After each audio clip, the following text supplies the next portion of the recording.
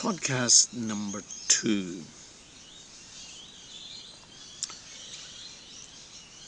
Yes, in my stories, I'm trying to keep my focus on my passion for language learning. There is an overall direction in these stories, believe it or not. But it is difficult at times not to digress and to get distracted. And really, mass media is a topic for me that distracts me seriously. So, to return briefly to the topic of the mass media, I'm still ranting and raving at the mass media, like I was in the first podcast. In my opinion, the mass media is just self-serving, greedy, and driven only by the desire for profit. And its purpose is to frighten, shock, outrage, to provoke an emotional reaction in the listener in order to get clicks rather than to inform. The clicks are then monetized through advertising sponsors who often have political as well as an economic agenda. So we're all being manipulated. The typical mass media news broadcast has become a collection of violent, criminal events randomly selected from around the world, designed to frighten or excite and at least to entertain. The listener experiences hyper-excitation and, most importantly, cognitive dissonance. Now, the news broadcast starts with adrenaline-pumping music. What rubbish. Imagine a news broadcast where the first event is an act of cruel terrorism, causing distress and fear in viewers. This segment will include the most graphic images and interviews with victims, detailed reports on damage and loss of life, evoking feelings of sadness and fear. Immediately following this, then, we'll have a feel-good story about a heartwarming animal rescue. What cognitive dissonance. The tone of this segment is uplifting and positive and tended to inspire and bring joy to the audience. The juxtaposition of these two events in the news broadcast is completely unnatural in the human experience, and the resulting cognitive dissonance arises from the rapid shift in emotional tone and content. This produces a sense of unreality in the listener. The news is not real. It is fake news. The Guatemalan peasant, which I mentioned in the last podcast, was so right. There are indeed two versions of every location in the world. The real version and the media-created image. Maybe there are even two versions of me. The real Don and the image created by my YouTube studio. I hope not. Well, Don, thanks for that very detailed context. Are you going to tell us a bit now about your early family life in Belfast, Ireland? Well, yes, I will. Actually, it's pretty unremarkable, I think.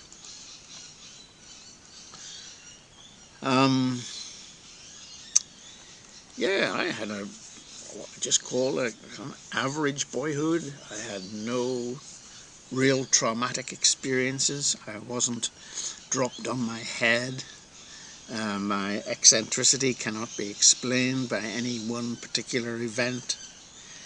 My mum and dad were sound parents, excellent providers, and looked after their 3 sons very carefully.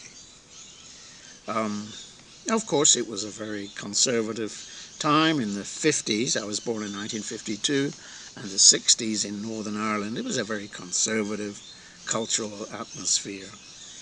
I don't have many stories about my parents. I don't think people will be interested in them, really, about my family, really, except one or two perhaps will give you an indicator of the type of relationship that existed between myself and my parents. I remember sitting one morning when I was about, I don't know, I think 9 or 10. I remember sitting on some wet paint in a newly built tree house at the bottom of our garden. Now, it's a great credit to my dad that he took the trouble to build a tree house. Very good, good on him that he did that, and credit to him. And yeah, he painted it, and of course I decided to sit on it by mistake, of course. It was a lovely tree house. I remember having breakfast in it one Sunday morning, sitting on the orange boxes which we used as chairs. However, when it was being built, my shorts were irretrievably damaged by sitting on this fresh paint. And I remember being terrified of my mum's reaction. I remember burying the shorts at the bottom of the dirty clothes box. And I knew Mum used to wash regularly, I think twice a week, and I didn't want to have to face the music about having these dirty shorts with paint on them. So I buried it at the very bottom. Well, eventually, of course, it all came out in the wash, to use the idiom, and she did in fact find them. And when she did ask what had happened, I invented some story about sitting on the tar on the road on a hot summer's day. Such a terrible lie it was. But I was 10 years old or whatever it was, and of course I didn't know there was a qualitative difference between tar and paint, and I didn't think that Mum would be able to guess it. Of course she knew. But I do think, I must have been pretty terrified of disobeying her, because she had told me not to sit on the paint or something. So anyway, she told me not to go there until the paint was dry. So it just reveals a little bit about my mum and myself. But I think I was a coward, and I did, I tried to deceive my mum. So she could be quite fierce, Mum. Yeah, she had a bit of a temper. Dad was a very fair man, but he could also be firm. He never lost it. He never lost his temper like Mum did.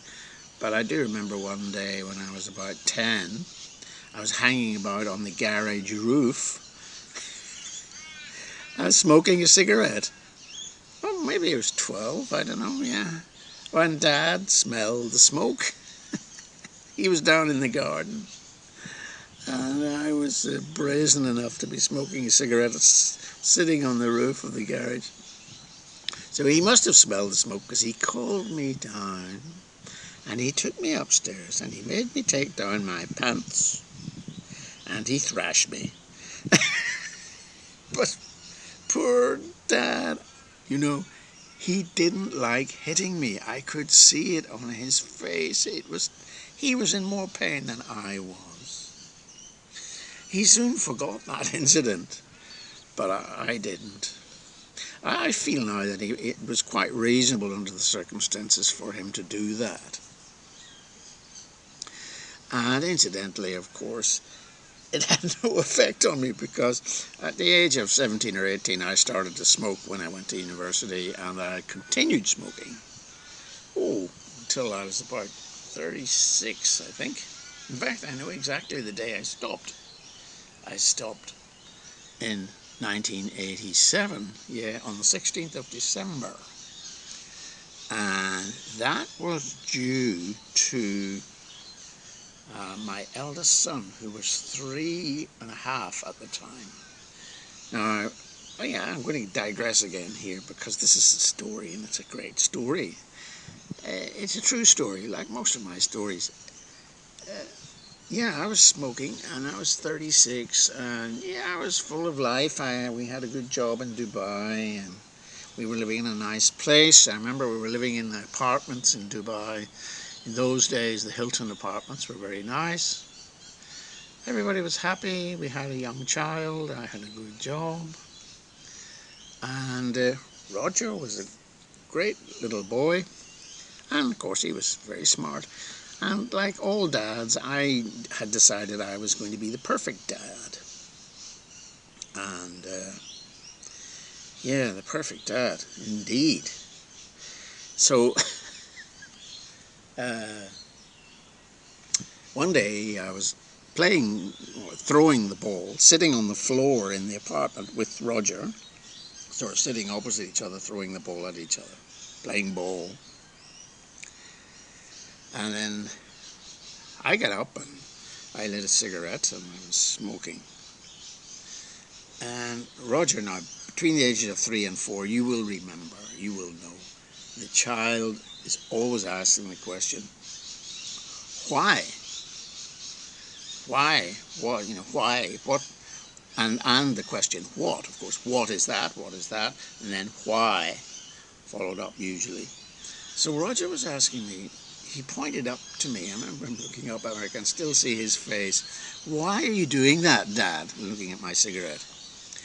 And of course, I just thought, why am I doing it? And I realized that, I was 36, I've been smoking for a long time, and it was going to affect my health, and I decided then that I should give up for the sake of my family, give up smoking. And I did. That was the 16th of December 1987. And I took the packet of Dunhills that I had, and I got into the Jeep and I drove to the beach, not with Roger, but I threw the packet of cigarettes into the sea. What a terribly environmentally appalling thing to do. But this was 1987. Please give me a break. And yeah, I never smoked ever since. I've never smoked a cigarette since that day. And so I have my eldest son to thank for still being alive now here in 2023, because undoubtedly I would not be alive now if I had continued to smoke. Anyway, sorry, that's a little bit of a digression. That was really about Dad.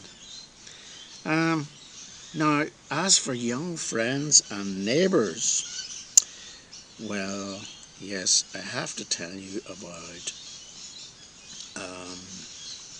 Douglas. Douglas was our neighbour. Dougie was about the same age as me, perhaps a little bit older. And he was, I think he was a year older than me, but for some reason I reckoned I was more intelligent. And I considered myself superior as we grew up. Now, this was something I had got, even at the age of 12, the class system in the UK. And it was connected with language, because I had a slightly different accent from Dougie, who was next door. Dougie was what we called a working class man. I forget what his father did. I'm not sure. But it wasn't a middle class job, it was a working class job. In those days, everything was determined by class, and people of different class had different accents. So Dougie's accent was different from mine, even though we lived together. It's very, very interesting. So Dougie talked like this here, you got a working class accent, whereas I had a bit more refined middle class accent. And I don't understand really this connection, but it's a fascinating thing. I've met it again and again all over the world. In English, in Australia, we have this slight difference in accents too. Something to do with the class, but the class system in Australia is definitely not as strong as it is in the UK. Anyway, Dougie was my little... but this feeling of superiority that I had, my God, isn't that a terrible thing? And for it to be connected to language and accent, even more terrible. Insidious, I would call that. And anyway, to talk about Doogie. Doogie was the youngest of three boys, and Doogie was a rough diamond. He was a decent soul, though, and we used to knock about. I mean, children are just, we're happy to have company at that age, no matter who they are. We would, after school, we would play cricket and things, and the thing about Doogie was he was treated by contempt by his elder brothers, which was a very common thing in those days, because the social relations were much more vertical in those days. So he was treated by contempt by his elder brother, especially Peter, who really bullied him terribly. And Peter specialised in terrorising Doogie when Doogie failed to do as Peter wished. His speciality was twisting Doogie's arm behind his back until Doogie, howling like a wolf, uttered the life-saving words, "I submit." On one occasion, this is also interesting, it tells you a little bit about Mum too. One occasion, Mum tells a story of how she saved Doogie from a beating by Peter, because Mum could hear all these fights going on next door, and she shouted out the window in a loud voice, "Leave that boy alone." So Mum, there was Mum defending the victim, and that's a very common trait in Nixon family. I certainly have it, and I think my children have it. We all have it. So I don't know whether it's genetic or what, but Mum, she was going, so she yelled out.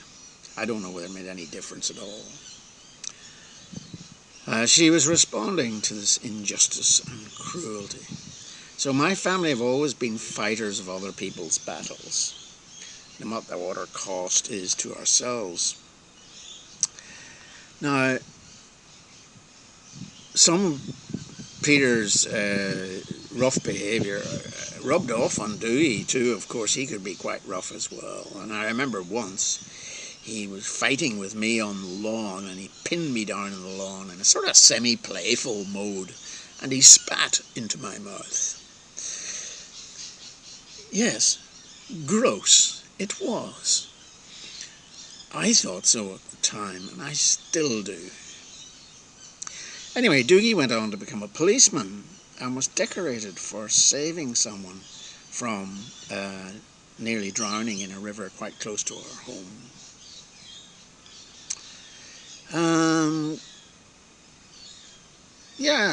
In terms of my brothers, I didn't really, both my brothers were older than me. My eldest brother was 7 years older, so I didn't really have much to do with him growing up. We didn't hang out together and so on. My older second brother was, I had a little bit to do with him, but he basically, we wouldn't have much to do with me. I was too young for him. He was pretty condescending and bullied me quite a lot, actually. But, that's what brothers do, and that's certainly what they did in those days. But as teenagers, we got up to all sorts of pranks, and a lot of the action, funnily enough, and again, I don't know, seemed to take place at a school. So even when I wasn't at school, I was in a school. There's a school at the bottom of our garden, and in the evenings we would go down to the school, myself and my friends and Dewey, and we would clamber all over the roofs. We would do weird things like clamber up the drain pipes and all over the roofs. That sort of thing would not be possible, I don't think, these days, for a number of reasons. For a start, the parents wouldn't allow it, and secondly, there would be guards and things, and I think there was a caretaker, but he spent most of his time asleep and far away. It was a huge plant, and it didn't stop us. We were up and down on all these roofs. It was highly dangerous activity and illegal, which is one reason why we did it, of course. And other things we did, was we made were to make rifles, homemade rifles for shooting out of copper pipes, and we would shoot these rifles at milk bottles in the milk crates at the school. These are homemade rifles. The rifle barrels were made of copper pipes, and we used gunpowder from fireworks, which were legal in those days. And we put little bits of lead shot from our fishing tackle to make the charge. No one was ever injured in any of these things. So we deemed it all, Doogie and I and Michael and Raymond, a few of my friends, as good, clean, harmless fun, and we thought nothing of it.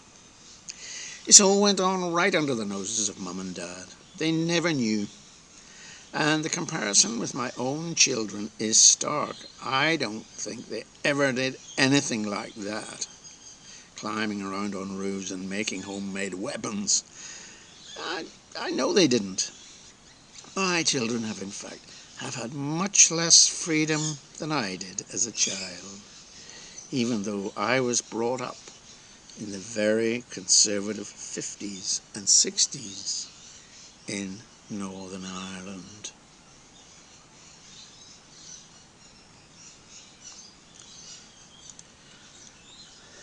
So,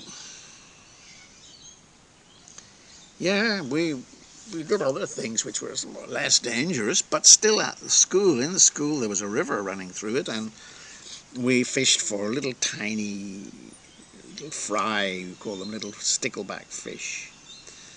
I remember once we were actually caught by the headmaster, who was working late in the office, and he told us all to clear off home. We weren't doing anything dangerous, we were just fishing for sticklebacks in the river. We also used to do other things in the school grounds. We used to throw arrows which we made from willows from privet hedges, and we make them into arrows for, bow and arrow, and we put flights in them with cardboard. And we made them from willow trees or birch trees or beech trees. And we had competitions to see who could throw these arrows the furthest. It was never me, I can remember that. It was always my friends. They were kind of physically more dexterous, if that's the right word, I don't know, more able than I was. And I never won these competitions.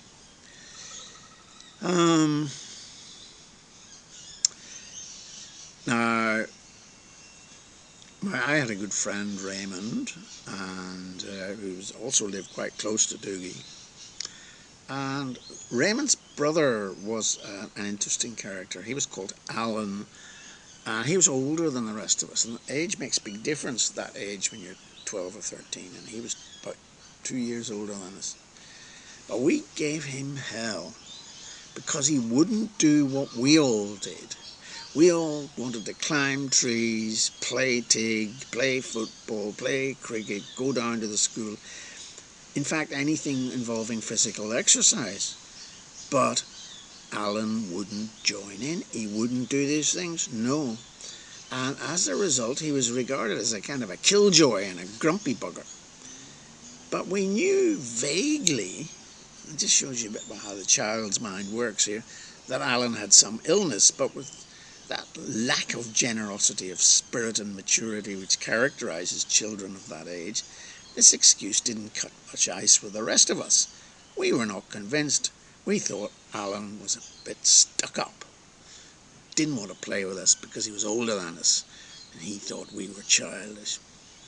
One day when Alan was 14, Raymond announced that his brother was going into hospital to have an operation for a hole in the heart.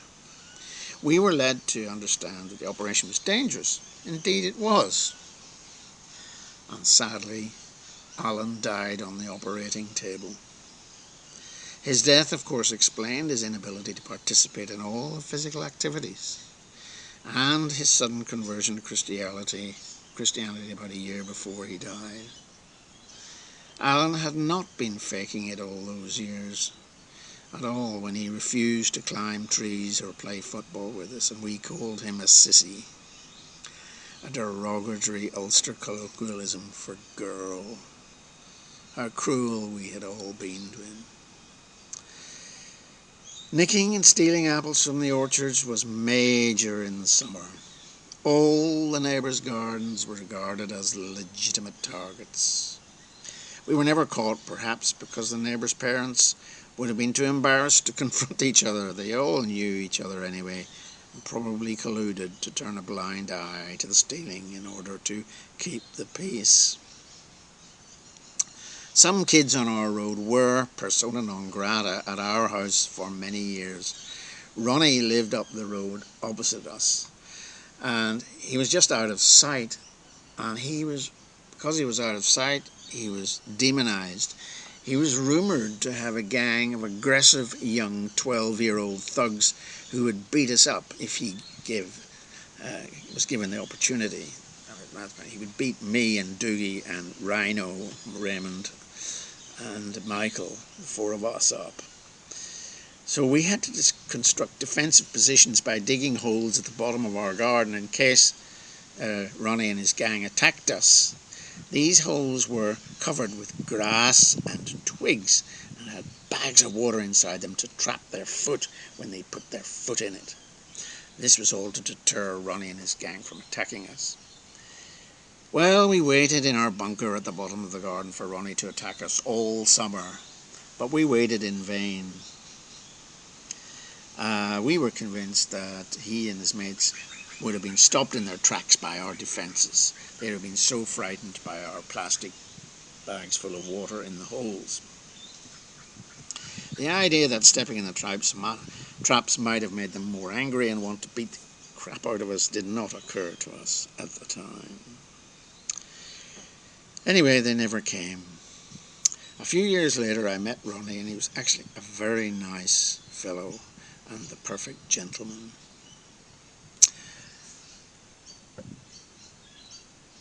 Our road had a legitimate territory which we were careful not to stray too far from. Aside from Ronnie's fearsome gang, we also didn't want to meet up with the feared Burns gang from Ardcarn, or with Davy Boyd from the Cumber Road. That was a fate surely worse than death itself. Some of our adult neighbours were fearsome too. One night when Michael and I had nothing better to do, we were peering into the sitting room window of a neighbour who lived about 6 or 7 houses down from us, and we could see that David, the young man, was sitting on the couch with his wife, having a great time snogging in full view of everyone, which included us. Now, this was a very exciting event for Michael and I, and we yelled our appreciation and encouragement from the road through the sitting room window, which was about 30 metres away.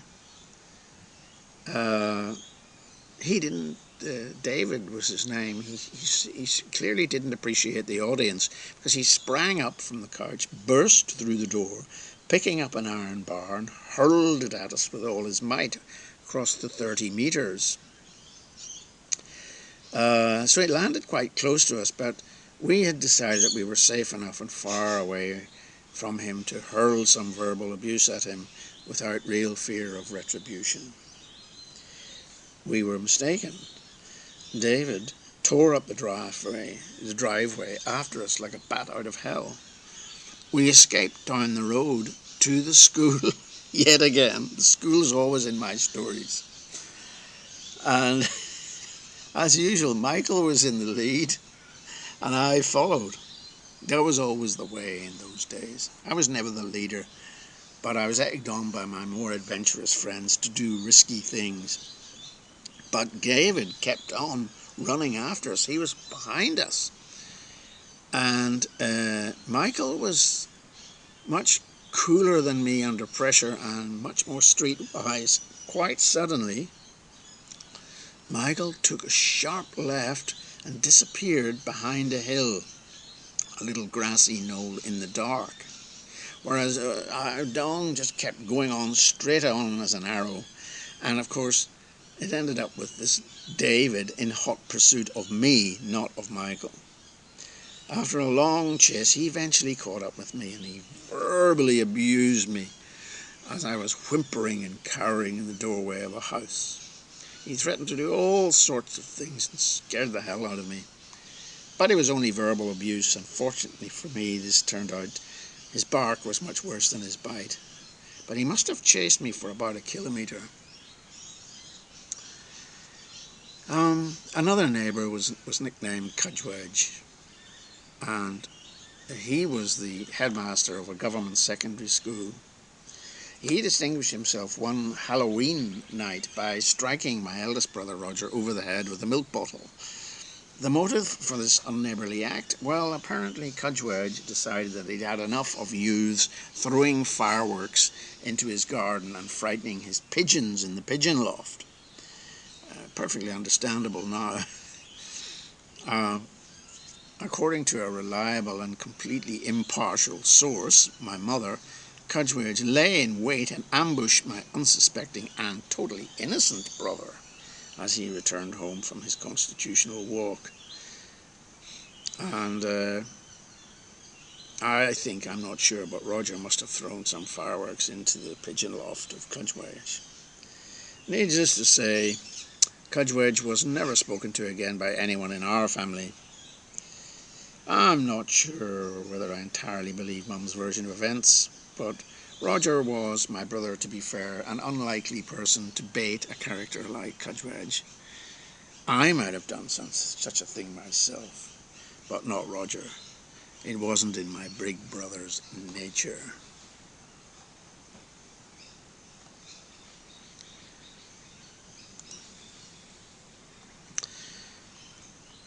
Yeah, so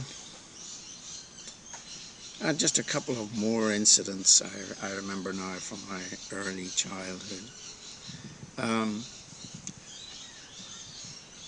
I remember returning one night from wolf cubs with Raymond, my friend, and we had to take a shortcut again through the school. A lot of things happened in the school.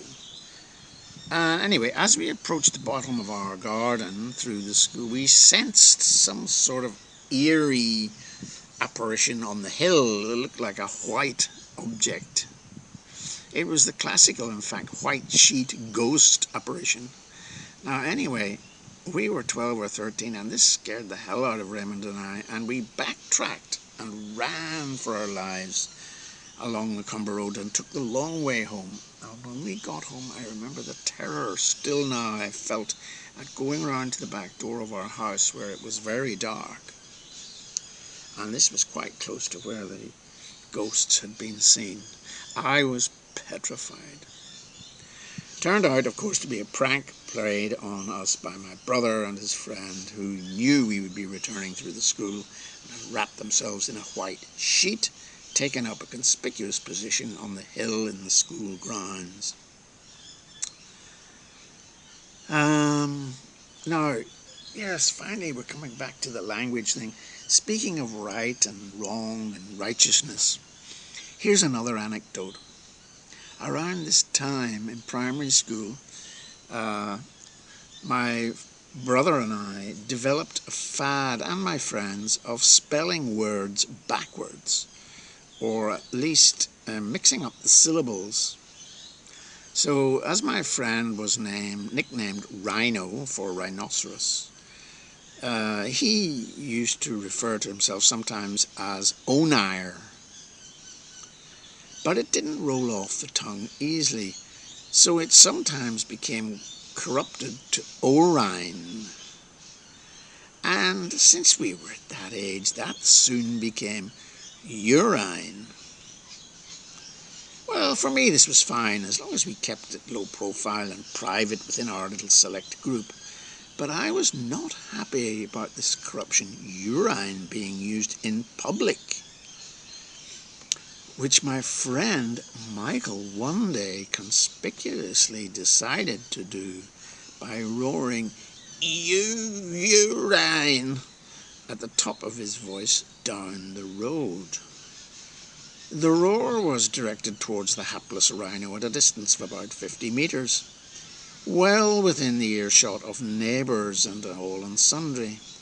My response was to engage in the one and only physical fistfight I've ever had in my life with Michael to punish him for this unseemly outburst of rudeness. That day I learned two important things about myself.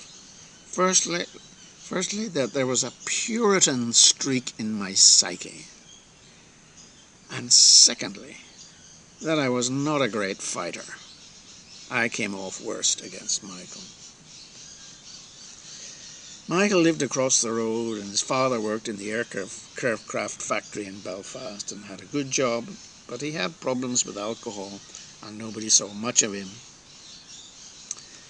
Michael was the leader and I was the follower. Michael would always do things where I was always watching and applauding. He was a daredevil and a bit wild because of the lack of supervision from his father. I egged him on, oscillating between awe and grim fascination at his exploits. Michael enjoyed and needed the hero worship. He was the go-kart champion, the guider champion. He would make, and I would watch him make, a guider by what appeared to be, to me, magic. All he needed was old pram wheels, some planks of wood, a hammer and a few nails.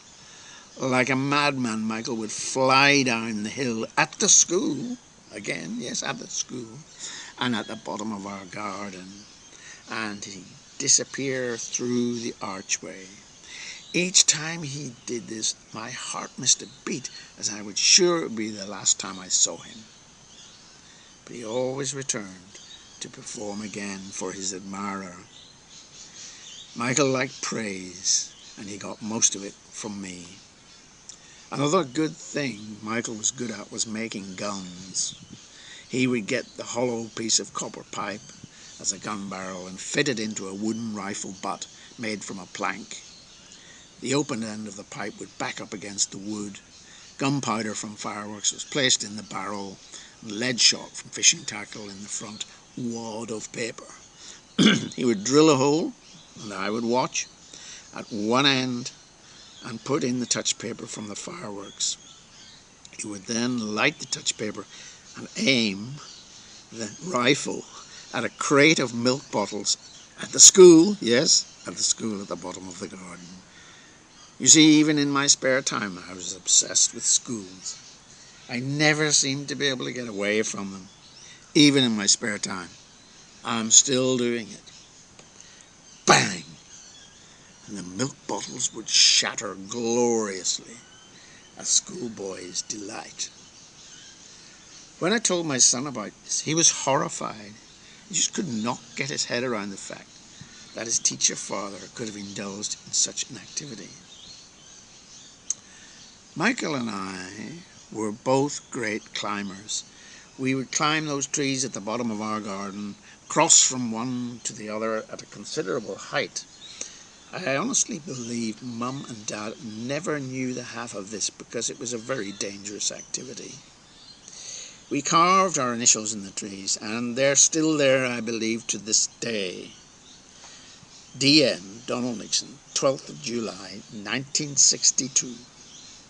That would have been when I was 10 years old, 61 years ago. What a different life I had as a child from my own children. Another thing we had were endless pets. Not just the family dog, but we had mice, rabbits, bantam heads. How many kids today in suburbia understand the joy of owning and of having somebody else look after, usually, all these animals?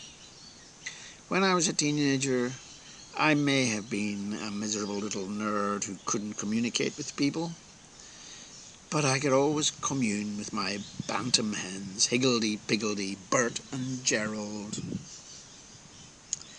Mum had a penchant for naming bantams. My favourite was Dozy, as in the Seven Dwarfs. How caring and thoughtful my parents were to provide us with all these animals. I was too lazy to give them to my own children.